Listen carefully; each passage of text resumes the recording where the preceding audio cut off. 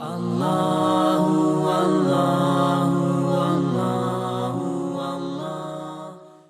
التوبہ کی آیت نمبر 38 سورۃ توبہ کا چھٹا رکوع 10ویں پارے کا 12واں رکوع۔ اللہ رب العالمین نے ارشاد فرمایا، یا ایھا الذین آمنوا ما لکم اذا قیل لکم انفروا فی سبیل اللہ ثاقلتم الی الارض۔ اے ایمان والو، تمہیں کیا ہوا جب تم سے کہا جائے کہ راہ خدا میں کوچ کرو، اللہ کی راہ میں نکلو، تو بوجھ کے مارے زمین پر بیٹھ جاتے ہو۔ اردیتم بالحیات الدنیا من الآخرہ، کیا تم نے دنیا کی زندگی آخرت کے بدلے پسند کر لی؟ فما متاع الحیات الدنیا فی الآخرۃ الا قلیل، اور جیتی دنیا کا اسباب آخرت کے سامنے نہیں مگر تھوڑا۔ اے مسلمانوں، جب تمہیں جہاد میں نکلنے کے لیے کہا جائے تو تم سفر سے کیوں گھبراتے ہو؟ کیا تم نے آخرت کے بدلے میں دنیا کی زندگی کو پسند کر لیا، اسی پر مطمئن ہو گئے؟ کیا تمہیں آخرت میں مقام و مرتبہ نہیں چاہیے؟ دنیا کی زندگی کا سامان آخرت کے مقابلے میں بہت تھوڑا ہے، قلیل ہے۔ آخرت کے مقابلے میں اس کی کوئی حیثیت نہیں۔ یہ آیت غزوہ تبوک کی ترغیب میں نازل ہوئی۔ تبوک ایک مقام ہے جو ملک شام کے اطراف میں ہے، مدینہ طیبہ سے 14 منزل فاصلے پر ہے، سینکڑوں میل دور ہے۔ رجب 9 ہجری میں طائف سے واپسی کے بعد سید عالم صلی اللہ علیہ وآلہ وسلم کو خبر پہنچی کہ عرب کے عیسائیوں کی تحریک سے ہرقل شاہ روم نے رومیوں اور شامیوں کی فوج بڑی جمع کی ہے۔ عرب کے جو عیسائی تھے انہوں نے ایک تحریک چلائی مسلمانوں کے خلاف، اور جو روم کا بادشاہ تھا اس کو اس پر قائل کیا۔ اس نے رومیوں اور شامیوں کی بہت بڑی فوج اپنی سرحد پر جمع کرنی شروع کی، اور وہ مسلمانوں پر حملے کا ارادہ رکھتا تھا۔ اپنی سرحد پر فوج جمع کر رہا تھا، 1,00,000 2 لاکھ فوج جمع ہو گئی تھی، اور فوج جمع ہو رہی تھی۔ اس کا ارادہ تھا کہ جب اچھی طرح فوج جمع ہو جائے گی تو میں ایک بڑا لشکر لے کر جاؤں گا اور مسلمانوں پر حملہ کروں گا۔ مدینہ شریف، مکہ شریف اور ارد گرد کے جو علاقے مسلمانوں کے پاس ہیں وہ چھین لوں گا۔ اور جو عرب کے عیسائی تھے وہ یہ سمجھتے تھے کہ جب روم کا بادشاہ یہاں پر قابض ہوگا تو چونکہ ہم نے تحریک چلائی ہے، ہمارے کہنے پر وہ آیا ہے، تو ہمیں بھی یہاں کی حکومتوں میں سے حصہ ملے گا۔ نبی اکرم صلی اللہ علیہ وآلہ وسلم کی عادت کریمہ یہ رہی کہ جب آپ دیکھتے دشمن جنگ کی تیاری کر رہا ہے اور وہ یقیناً حملہ کرے گا تو آپ اسے تیاری کا موقع نہ دیتے، اس کے حملہ کرنے سے پہلے آپ خود ہی حملہ فرما دیتے۔ تو نبی اکرم صلی اللہ علیہ وآلہ وسلم نے مسلمانوں کو جہاد کا حکم دیا۔ یہ زمانہ نہایت تنگی، قحط سالی اور شدید گرمی کا تھا، یعنی اس زمانے میں مسلمانوں میں غلے کی بھی قلت تھی، بارشیں کم ہوئی تھیں، تنگ دستی کا زمانہ تھا، گرمی بھی بہت شدید تھی۔ یہاں تک کہ جب مسلمان یہ لشکر لے کر گئے تو 2 آدمی اور بعض اوقات 5 آدمی ایک دن ایک کھجور پر بسر کرتے تھے۔ سفر دور کا تھا، دشمن کثیر اور قوی تھے، لاکھوں کی فوج تھی، اس زمانے کی وہ سپر پاور کہلاتی تھی۔ اس لیے بعض قبیلے جنگ میں نہ گئے اور بیٹھ گئے، اور انہیں اس وقت جہاد میں جانا بہت مشکل معلوم ہوا، اور اس غزوے میں بہت سے منافقین کا پردہ فاش ہوا، ان کا حال ظاہر ہو گیا۔ حضرت عثمان غنی رضی اللہ تعالیٰ عنہ نے اس غزوے میں بڑی اعلیٰ ہمتی سے خرچ کیا، 10,000 مجاہدین کو سامان دیا، 10,000 دینار جن کی مالیت تقریباً 40-45 کلو سونا بنتی ہے، اس غزوے پر آپ نے خرچ کیے۔ 900 اونٹ اور 100 گھوڑے بما ساز و سامان، اور ایک روایت میں 300 گھوڑے بما ساز و سامان آپ نے عطا فرمائے۔ 10,000 مجاہدین کا خرچہ الگ دیا، اور 10,000 دینار، 900 اونٹ، 100 یا 300 گھوڑے آپ نے الگ دیے۔ دیگر صحابہ کرام نے بھی خوب خرچہ کیا۔ ان میں سب سے پہلے حضرت ابو بکر صدیق رضی اللہ تعالی عنہ ہیں، جنہوں نے اپنا کل مال حاضر کر دیا، جس کی مقدار 4,000 درہم تھی، اور حضرت عمر رضی اللہ تعالی عنہ نے اپنا آدھا مال حاضر کیا۔ سید عالم صلی اللہ علیہ وآلہ وسلم نے 30,000 کا لشکر تیار فرمایا، 30,000 کا لشکر لے کر روانہ ہوئے۔ حضرت علی رضی اللہ تعالیٰ عنہ کو آپ نے مدینہ منورہ میں چھوڑا، اور مدینے کا نظام آپ نے ان کے سپرد فرمایا۔ عبداللہ بن ابی اور اس کے جتنے ساتھی منافقین تھے وہ ساتھ چلے، لیکن مدینہ شریف کے باہر ایک مقام ہے جہاں سے لوگوں کو الوداع کیا جاتا ہے، ثنیۃ الوداع، وہاں سے واپس چلے گئے۔ جب لشکر اسلام تبوک میں اترا تو انہوں نے دیکھا کہ چشمے میں پانی بہت تھوڑا ہے۔ رسول کریم صلی اللہ علیہ وآلہ وسلم نے اس کے پانی سے اس میں کلی فرمائی، یعنی اپنا لعاب دہن مبارک اس میں ملا دیا، جس کی برکت سے پانی جوش میں آیا اور چشمہ بھر گیا۔ 30,000 کا لشکر اور ان کے تمام جانوروں نے سیر ہو کر پانی پیا۔ کافی دنوں تک یہاں پر قیام کیا گیا، اور یہاں پر جب تک صحابہ رہے چشمے سے پانی پیتے رہے۔ اللہ تبارک و تعالی اس کا دیدار ہمیں نصیب فرمائے۔ روم کا جو بادشاہ تھا اپنے دل میں آپ صلی اللہ علیہ وآلہ وسلم کو سچا نبی جانتا تھا، اس لیے جب اسے اطلاع دی گئی کہ مسلمان لشکر لے کر آئے ہیں تو اس نے سوال کیا کہ ان کے نبی ان کے ساتھ ہیں یا اکیلے آئے ہیں؟ تو لوگوں نے کہا کہ نبی ان کے ساتھ ہیں، تو اس نے اپنے آپ سے کہا کہ نبی سے مقابلہ نہیں ہو سکتا، اس لیے اسے خوف ہوا اور اس نے آپ سے مقابلہ نہ کیا۔ نبی اکرم صلی اللہ علیہ وآلہ وسلم نے اطراف میں لشکر بھیجے، چنانچہ حضرت خالد رضی اللہ تعالیٰ عنہ کو 400 سے زائد سواروں کے ساتھ عقیدر حاکم دومت الجندل کے مقابل بھیجا، اور فرمایا کہ تم اس کو نیل گائے کے شکار میں پکڑ لو۔ چنانچہ ایسا ہی ہوا۔ جب وہ نیل گائے کے شکار کے لیے اپنے قلعے سے اترا، حضرت خالد بن ولید رضی اللہ تعالیٰ عنہ اس کو گرفتار کر کے نبی اکرم صلی اللہ علیہ وآلہ وسلم کی خدمت میں لائے۔ نبی اکرم صلی اللہ علیہ وآلہ وسلم نے جزیہ مقرر فرما کر اس کو چھوڑ دیا۔ اسی طرح ایلا کے حاکم پر آپ نے اسلام پیش کیا، لیکن اس نے جزیے پر سلو کر لی۔ تو اس طرح مسلمان وہاں چند دن رہے۔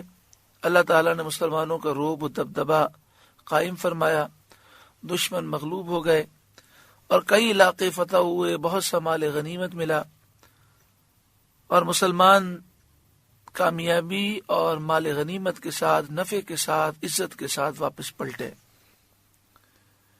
واپسی کے وقت جب حضور صلی اللہ علیہ وآلہ وسلم مدینے کے قریب تشریف لائے تو جو لوگ جہاد میں ساتھ رہنے سے رہ گئے تھے وہ حاضر ہوئے۔ نبی اکرم صلی اللہ علیہ وآلہ وسلم نے تمام صحابہ کرام سے فرمایا کہ ان میں سے کسی سے کلام نہ کریں اور اپنے پاس نہ بٹھائیں جب تک کہ میں اجازت نہ دوں۔ تو مسلمانوں نے ان سے اعراض کیا، یہاں تک کہ باپ اور بھائی کی طرف بھی التفات نہ کیا۔ اسی بارے میں یہ آیتیں نازل ہوئیں، یا ایھا الذین آمنوا، اے ایمان والوں، ما لکم اذا قیل لکم انفروا فی سبیل اللہ اثاقلتم الی الارض، تمہیں کیا ہوا جب تم سے کہا جائے کہ راہ خدا میں کوچ کرو، اللہ کی راہ میں نکلو، تو بوجھ کے مارے زمین پر بیٹھ جاتے ہو۔ یعنی تم سفر کے لیے نہیں نکلتے۔ اردیتم بالحیات الدنیا من الآخرہ، کیا تم نے دنیا کی زندگی آخرت کے بدلے پسند کر لی؟ فما متاع الحیات الدنیا فی الآخرۃ الا قلیل، دنیا کی زندگی کا سامان آخرت کے مقابلے میں بہت قلیل ہے، بہت تھوڑا ہے، کہ دنیا اور اس کا سارا سامان فانی ہے، آخرت اور اس کی نعمتیں باقی ہیں، ہمیشہ رہنے والی ہیں۔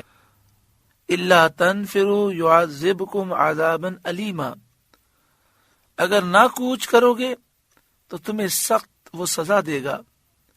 وَيَسْتَبْدِلْ قَوْمًا غَيْرَكُمْ، اور تمہاری جگہ اور لوگ لے آئے گا۔ وَلَا تَضُرُّوهُ شَيْئًا، اور تم اس کا کچھ نہ بگاڑ سکو گے۔ وَاللَّهُ عَلَى كُلِّ شَيْءٍ قَدِيرٌ، اور اللہ سب کچھ کر سکتا ہے۔ اللہ تعالیٰ تمہاری جگہ پر وہ لوگ لے آئے گا جو تم سے بہتر ہوں گے، فرما بردار ہوں گے۔ مراد یہ ہے کہ اللہ تعالیٰ اپنے نبی صلی اللہ علیہ وآلہ وسلم کی نصرت، مدد اور ان کے دین کو عزت دینے کا خود کفیل ہے، خود اللہ نے ذمہ لیا ہے۔ تو اگر تم اطاعت فرمان رسول میں جلدی کرو گے، حضور کا فرمان سن کر اس فرمان کی اطاعت میں نکلو گے، تو یہ سعادت تمہیں نصیب ہوگی۔ اور اگر تم نے سستی کی تو اللہ تعالیٰ دوسروں کو اپنے نبی کے شرف خدمت سے سرفراز فرمائے گا۔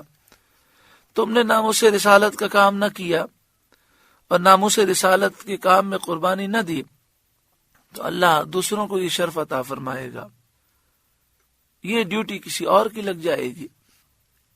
الا تنصروہ، اگر تم محبوب کی مدد نہ کرو گے، فقد نصرہ اللہ اذ اخرجہ الذین کفروا، تو بے شک اللہ نے ان کی مدد فرمائی جب کافروں کی شرارت سے انہیں باہر تشریف لے جانا ہوا، یعنی وقت ہجرت مکہ مکرمہ سے مدینہ شریف کی طرف جب سرکار تشریف لے گئے، جبکہ کفار نے دار الندوہ میں نبی اکرم صلی اللہ علیہ وآلہ وسلم کے لیے قتل و قید وغیرہ کے برے برے مشورے کیے تھے، اور انہوں نے یہ طے کر لیا تھا کہ نبی اکرم صلی اللہ علیہ وآلہ وسلم کو شہید کر دیا جائے، اور حضور ان کے درمیان سے تشریف لے گئے، یہ حضور کو نقصان نہ پہنچا سکے۔ پھر آپ مکہ شریف سے جبل ثور، غار ثور پر تشریف لے گئے۔ ثانیت نئی صرف 2 جان سے، اذ ہما فی الغار، جب وہ دونوں غار میں تھے، یعنی پیارے آقا صلی اللہ علیہ وآلہ وسلم اور حضرت ابوبکر صدیق رضی اللہ تعالی عنہ۔ اذ یقول لصاحبہ، جب اپنے یار سے آپ فرماتے تھے، لا تحزن، غم نہ کھا، ان اللہ معنا، بے شک اللہ ہمارے ساتھ ہے۔ یعنی سید عالم صلی اللہ علیہ وآلہ وسلم صدیق اکبر سے یہ فرماتے تھے غار کے اندر کہ آپ غم نہ کریں، اللہ ہمارے ساتھ ہے۔ اس سے یہ مسئلہ معلوم ہوا کہ صدیق اکبر رضی اللہ تعالی عنہ کی صحابیت، آپ کا صحابی ہونا اس آیت سے ثابت ہے۔ حضرت حسن بن فضل نے فرمایا، اس بات کو صد الافاضل مولانا نعیم الدین مراد آبادی علیہ رحمہ نے تفسیر خزائن العرفان میں لکھا کہ حضرت حسن بن فضل نے فرمایا، جو شخص حضرت صدیق اکبر رضی اللہ تعالیٰ عنہ کی صحابیت کا انکار کرے، وہ نص قرآنی کا منکر ہو کر کافر ہوا۔ یہ آپ نے کب فرمایا لا تحزن ان اللہ معنا؟ جب غار میں موجود تھے اور کافر غار کے کنارے تک پہنچ گئے۔ صدیق اکبر نے عرض کیا کہ اگر کافر نیچے اپنے پاؤں کی طرف دیکھیں گے تو ہمیں دیکھ لیں گے، اور کافر بالکل قریب آ چکے ہیں۔ اس وقت ایک درخت اللہ تعالیٰ نے پیدا فرما دیا تھا جس کی شاخیں غار کے اوپر تھیں، اور مکڑی نے جالا بن دیا تھا، کبوتری نے گھونسلہ بنا کر انڈے دیے تھے اور اس پر وہ بیٹھی تھی، اور کافر یہاں کھڑے ہو کر باتیں کر رہے تھے اور کہہ رہے تھے چلو وقت ضائع نہ کرو۔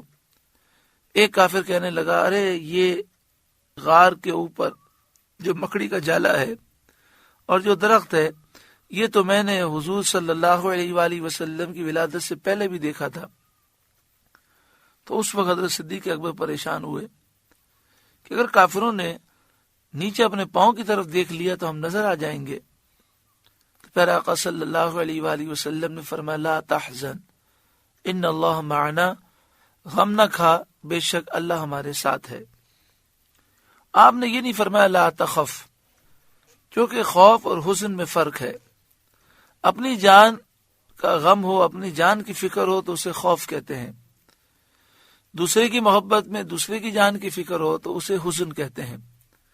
صدیق اکبر کو اپنی جان کی فکر نہیں تھی، حضور کی جان کی فکر تھی، تو آپ نے فرمایا لا تحزن، اے صدیق غم نہ کھا، میری فکر نہ کر، ان اللہ معنا، بے شک اللہ ہمارے ساتھ ہے۔ فانزل اللہ سکینتہ علیہ، فوراً اللہ نے اس پر اپنا سکینہ اتارا۔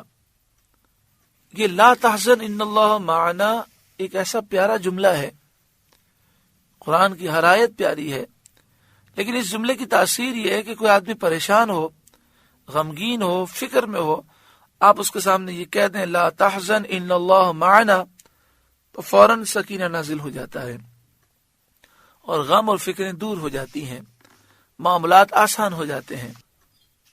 سکینہ نازل فرمایا مطلب یہ کہ قلب کو اطمینان عطا فرمایا۔ وَأَيَّدَهُ بِجُنُودٍ لَمْ تَرَوْهَا، اور ان فوجوں سے اس کی مدد کی جو تم نے نہ دیکھی۔ ان سے مراد فرشتوں کی فوجیں ہیں جنہوں نے کفار کے رخ پھیر دیے اور وہ آپ کو دیکھ نہ سکے۔ غزوہ بدر میں، غزوہ احزاب میں، غزوہ حنین میں بھی انہی غیبی فوجوں سے مدد فرمائی۔ اس موقع پر بھی فرشتے نازل ہوئے اور یہاں بھی فرشتے مدد کے لیے آئے۔ وَجَعَلَ كَلِمَةَ الَّذِينَ كَفَرُوا السُّفْلَىٰ، اور کافروں کی بات نیچے ڈالی، یعنی کفر و شرک کی دعوت کو اللہ نے پست کر دیا۔ کافر کہتے تھے کہ ہم شہید کریں گے، ان کے منصوبے خاک میں مل گئے۔ وَكَلِمَةُ اللَّهِ هِيَ الْعُلْيَا، اور اللہ ہی کا بول بالا ہے۔ اللہ تعالیٰ نے اپنے دین کو، اپنے محبوب کو سربلندی عطا فرمائی۔ وَاللَّهُ عَزِيزٌ حَكِيمٌ، اور اللہ غالب حکمت والا ہے۔ ایک روایت میں یہ ہے کہ حضرت صدیق اکبر جب غار میں داخل ہوئے تھے تو آپ نے حضور کی جان پر اپنی جان قربان کی، اس طرح کہ آپ نے حضور کی بارگاہ میں عرض کیا کہ پہلے آپ باہر کھڑے رہیں، میں اندر جا کر دیکھوں کوئی سانپ، کوئی درندہ اندر نہ ہو، کہیں حملہ نہ کر دے۔ پہلے اندر گئے، غار کو اچھی طرح دیکھا تو اس میں کئی سوراخ تھے۔ آپ نے ان سوراخوں میں اپنا ہاتھ ڈالا، وہ سوراخ اتنے بڑے تھے کہ آپ کا ہاتھ بازو تک چلا گیا۔ پھر آپ نے اپنا پاؤں مبارک ڈالا تو پاؤں رانوں تک چلا گیا۔ اچھی طرح سوراخ کو آپ نے چیک کیا اور کپڑے کے ٹکڑے ڈال کر ان سوراخوں کو بند کیا۔ یہ بہت بڑی قربانی ہے کہ غار میں پہلے جانا کہ اگر کوئی حملہ ہو تو میں شہید ہو جاؤں، حضور کو کچھ نقصان نہ پہنچے۔ پھر سوراخوں میں ہاتھ ڈالنا، پاؤں ڈالنا، حالانکہ ایسے سوراخوں میں سانپ بچھو ہوتے ہیں، لیکن صدیق اکبر نے اپنی جان کو قربانی کے لیے پیش کیا۔ اس سارے سوراخوں کو بند کر کے ایک سوراخ کو بند کرنے کے لیے کپڑا نہیں تھا، تو آپ نے سوچا کہ اس پر میں اپنا انگوٹھا رکھ دوں گا پاؤں کا، اور آپ نے حضور کو بلا لیا اور خود اپنا انگوٹھا اس پہ رکھ کر حضور صلی اللہ علیہ وآلہ وسلم ان کی گود میں سر رکھ کر آرام فرمانے لگے۔ ایک سانپ تھا جو حضور کی یاد میں تھا اور وہ حضور کے دیدار کے لیے بے چین ہونے لگا جب اس سے خوشبو پائی۔ ہر سوراخ سے آنے کی کوشش کی، کسی سوراخ سے وہ باہر نہ نکل سکا کیونکہ ہر جگہ سوراخ بند تھا۔ تو یہاں حضرت صدیق اکبر کے انگوٹھے پر اس نے نرم محسوس کیا، تو کافی دیر تک وہ اپنا سر مسلتا رہا۔ صدیق اکبر نے محسوس کیا کہ کوئی چیز ہے، آپ نے اور اپنا انگوٹھا زور سے دبا دیا۔ آخر کار سانپ نے اس مقام پر ڈس لیا۔ جیسے ہی سانپ نے ڈسا تکلیف سے آپ کی آنکھوں سے آنسو جاری ہو گئے. سرکار دو عالم صلی اللہ علیہ وآلہ وسلم کے اوپر گرے. آپ نے آنکھ کھولی اور فرمایا صدیق کیا ہوا؟ انہوں نے واقعہ عرض کیا تو آپ نے اپنا لعاب دہن مبارک صدیق اکبر کے انگوٹھے پہ لگا دیا تو تکلیف اور درد اور زہر جاتا رہا. اللہ تبارک و تعالی حضرت صدیق اکبر کے صدقے میں ہمیں بھی حضور سے وفاداری اور محبت عطا فرمائے. انفروا خفافا وثقالا، کوچ کرو ہلکی جان سے چاہے بھاری دل سے، ہر حال میں اللہ کی راہ میں نکلو، یعنی خوشی سے یا گرانی سے. انفروا، نکلو اللہ کی راہ میں، خفافا وثقالا، خوشی سے نکلو، اگر دل خوش ہے پھر بھی نکلو، اور نفس و شیطان کے وار ہیں دل خوش نہیں پھر بھی نکلو، خوشی سے یا گرانی سے. ایک قول یہ ہے کہ خفافاً و ثقالاً کے معنی ہے قوت ہے پھر بھی نکلو، کمزوری ہے پھر بھی نکلو، ساز و سامان پورا ہے تب بھی نکلو، بے سامانی ہے پھر بھی نکلو. وَجَاهِدُوا بِأَمْوَالِكُمْ وَأَنفُسِكُمْ فِي سَبِيلِ اللَّهِ، اور اللہ کی راہ میں لڑو اپنے مال اور جان سے. ذَلِكُمْ خَيْرٌ لَكُمْ إِن كُنتُمْ تَعْلَمُونَ، یہ تمہارے لیے بہتر ہے اگر تم جانو. یعنی جہاد کا ثواب گھر پر بیٹھ رہنے سے بہت بہتر ہے، لہذا مستعدی کے ساتھ تیار ہو جاؤ، کاہلی نہ کرو اور اللہ کی راہ میں نکلو. لو کان عارضا قریبا، اگر کوئی قریب مال، وسفرا قاصدا، یا متوسط سفر ہوتا، لاتبعوک، تو ضرور وہ تمہارے ساتھ جاتے. ولیکن بعودت علیہم الشقہ، مگر ان پر تو مشقت کا راستہ دور پڑ گیا. یعنی اگر ان منافقین کو دنیاوی نفع کی امید ہوتی، شدید محنت مشقت کا اندیشہ نہ ہوتا، سفر زیادہ لمبا نہ ہوتا، اور فتح کی امید زیادہ ہوتی، سامنے دشمن کا لشکر کمزور ہوتا، تو یہ ضرور اے محبوب آپ کے ساتھ چلتے. لیکن مشقت کا راستہ ان پر دور پڑ گیا. وَسَيَحْلِفُونَ بِاللَّهِ لَوِ اسْتَطَعْنَا لَخَرَجْنَا مَعَكُمْ، اب اللہ کی قسم کھائیں گے کہ ہم سے بن پڑتا تو ضرور آپ کے ساتھ چلتے، ضرور تمہارے ساتھ چلتے. یہ آیت ان منافقین کے لیے نازل ہوئی جنہوں نے غزوہ تبوک میں جانے سے تخلف کیا تھا. غزوہ تبوک میں وہ نہیں گئے تھے. فرمایا وَسَيَحْلِفُونَ بِاللَّهِ، اور اب اللہ کی قسم کھائیں گے. یعنی یہ منافقین اللہ کی قسم کھائیں گے اور اس طرح معذرت کریں گے، لَوِ اسْتَطَعْنَا لَخَرَجْنَا مَعَكُمْ، کہ ہم سے بن پڑتا تو ضرور تمہارے ساتھ چلتے. منافقین کی معذرت سے پہلے یہ خبر دینا غیبی خبر ہے اور نبوت کے دلائل میں سے ہے. چنانچہ جیسا فرمایا تھا ویسا ہی پیش آیا. انہوں نے یہی معذرت کی اور جھوٹی قسمیں کھائیں. یہلکون انفسہم، اپنی جانوں کو ہلاک کرتے ہیں، یعنی جھوٹی قسم کھا کر اپنے آپ کو برباد کرتے ہیں. اس آیت سے ثابت ہوا کہ جھوٹی قسمیں کھانا ہلاکت کا اور بربادی کا سبب ہے. واللہ یعلم انہم لکاذبون، اور اللہ جانتا ہے کہ وہ بے شک ضرور جھوٹے ہیں. پیارے محترم بھائیوں، اس رکوع میں جہاد کا ذکر ہے. پیارے آقا صلی اللہ علیہ وآلہ وسلم نے فرمایا قیامت تک جہاد جاری رہے گا. آج پوری دنیا میں دشمنان اسلام کو مٹانے کی کوشش کر رہے ہیں. ہمیں چاہیے کہ ہم اپنی جان، اپنا مال، اپنی صلاحیتیں، اپنی تعلیم، سب چیزیں دین اسلام کی خدمت کے لیے پیش کریں اور ہر محاذ پر دین اسلام کا تحفظ کریں. اگر ہم نے یہ نہ کیا تو یاد رکھیں ہمارے ملک میں بھی وہی حالات ہوں گے جو کشمیر میں ہیں، جو فلسطین میں ہیں، جو عراق و شام میں ہیں، جو یمن میں ہیں، جو مصر میں ہیں، جو لیبیا میں ہیں، جو الجزائر میں ہیں، جو تیونس میں ہیں. ملک شام میں 2006 یا 7 میں ہم حاضر ہوئے تھے. 7 دن 7 days ہم وہاں رکے. ان 7 دنوں میں اس قدر ہم نے امن دیکھا، اتنا امن کہ رات کو 3 بجے بھی کوئی خوف نہیں ہوتا تھا. مگر جب جذبہ جہاد سے وہ دور رہے، دشمن سازش کرتا رہا، وہ غفلت میں رہے، تو جب مسلم قوم غفلت میں رہے گی اور دشمن اپنی سازش کرتا رہے گا، جب سازش اپنے عروج پہ پہنچ جاتی ہے پھر ہم اٹھتے ہیں، لیکن پھر اٹھنے کا وقت نہیں ہوتا. تو اس رکوع میں ہمیں یہ تعلیم دی گئی، وَجَاهِدُوا بِأَمْوَالِكُمْ وَأَنفُسِكُمْ فِي سَبِيلِ اللَّهِ، اللہ کی راہ میں جہاد کرو، اپنے مال کے ساتھ، اپنی جان کے ساتھ. تو جو جس طرح اپنی صلاحیتوں کے ذریعے دین کی خدمت کر سکتا ہے، کافروں کا مقابلہ جس فیلڈ میں وہ کر سکتا ہے اس فیلڈ میں کرے اور کافر قوتوں کو تہس نہس کرے.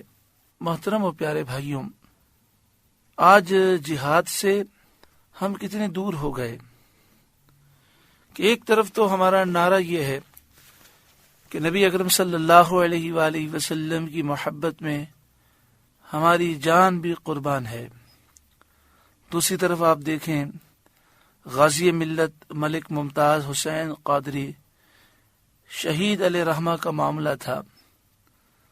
5 برس تک مسلمانوں کو بیدار کرنے کی کوشش کی گئی. استاد محترم شیخ الحدیث و تفسیر حضرت علامہ خادم حسین رضوی دامت برکاتہم العالیہ نے گلی گلی جا کر یہ پیغام دیا، لیکن بہت سے علماء، بہت سے پیر صاحبان نام لینے کے لیے تیار نہ تھے. اپنی محفلوں میں غازی صاحب کا نام لے کر دعا بھی نہ کراتے تھے.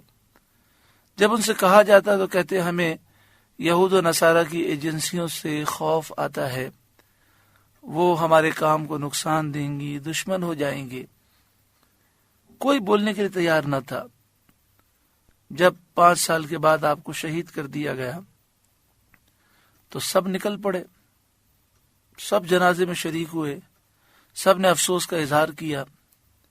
کاش یہ 5 سال تک بولتے رہتے اور کلمہ حق کو بلند کرتے تو یہ حالات نہ ہوتے. آج بھی آپ دیکھیں، چاروں طرف سے نبی اکرم صلی اللہ علیہ وآلہ وسلم کی گستاخیاں ہو رہی ہیں. سمجھایا جائے تو بہت سے علماء، بہت سے پیر صاحبان اس پر آواز بلند کرنے کے تیار ہی نہیں ہیں. جہاد کہتے کس کو ہیں؟ اپنا سب کچھ حضور کی محبت میں قربان کرنا. جہاد میں تکلیفیں آتی ہیں. جہاد میں اگر سر بھی کٹ جائے تو بھی بہت بڑی سعادت کی بات ہے. اگر منبر رسول پہ بیٹھ کر اگر ہم حق بات نہ کہیں تو پھر ہماری زندگیوں کا فائدہ کیا ہے؟ حدیث پاک میں ہے کہ ظالم جابر کے سامنے کلمہ حق کہنا بہت بڑا جہاد ہے. تو آج یہود و نصارہ اور ان کے پٹھو حکمراں جو ظالم جابر حاکم ہیں، ان کی آنکھوں میں آنکھیں ڈال کر کون بات کرے گا؟ مدرسے کا راستہ بند کر دیا جائے، مسجد کی بجلی کاٹ دی جائے تو لوگ احتجاج کے لیے نکل پڑتے ہیں. ناموس رسالت کی حفاظت میں کون آواز بلند کرے گا؟ پاکستان میں 295C کو مٹانے کے لیے سازشیں ہو رہی ہیں. قادیانی کافر ہیں، یہ پاکستان کا قانون بھی ہے، شرعی طور پر بھی کافر ہیں اور پاکستان کے قانون کے مطابق بھی کافر ہیں. پاکستان کے اس قانون کو ختم کرنے کی کوششیں ہو رہی ہیں. پاکستان کا جو آئین ہے 1973 کا، اس آئین میں جو اسلامی شقیں ہیں اسے مٹانے کی کوششیں ہو رہی ہیں. شراب کو اس ملک میں قانونی تحفظ دینے کی کوششیں ہو رہی ہیں. اس کے خلاف آواز کون بلند کرے گا؟ اگر ہم نے آواز بلند نہ کی، یاد رکھیں یہ ہمیں جو کچھ بھی مل رہا ہے یہ حضور کا صدقہ ہے. اگر ہم نے اپنی ڈیوٹی پوری نہ کی تو اللہ تعالیٰ دوسری قوم کو لے آئے گا. ایسا بھی ہوا پچھلے ادوار میں کہ جب مسلمانوں نے اپنی ڈیوٹی انجام نہ دی تو مسلمان تہس نہس ہو گئے اور کافروں کو اللہ تعالیٰ نے ایمان کی دولت دی اور انہوں نے پھر جہاد کیا.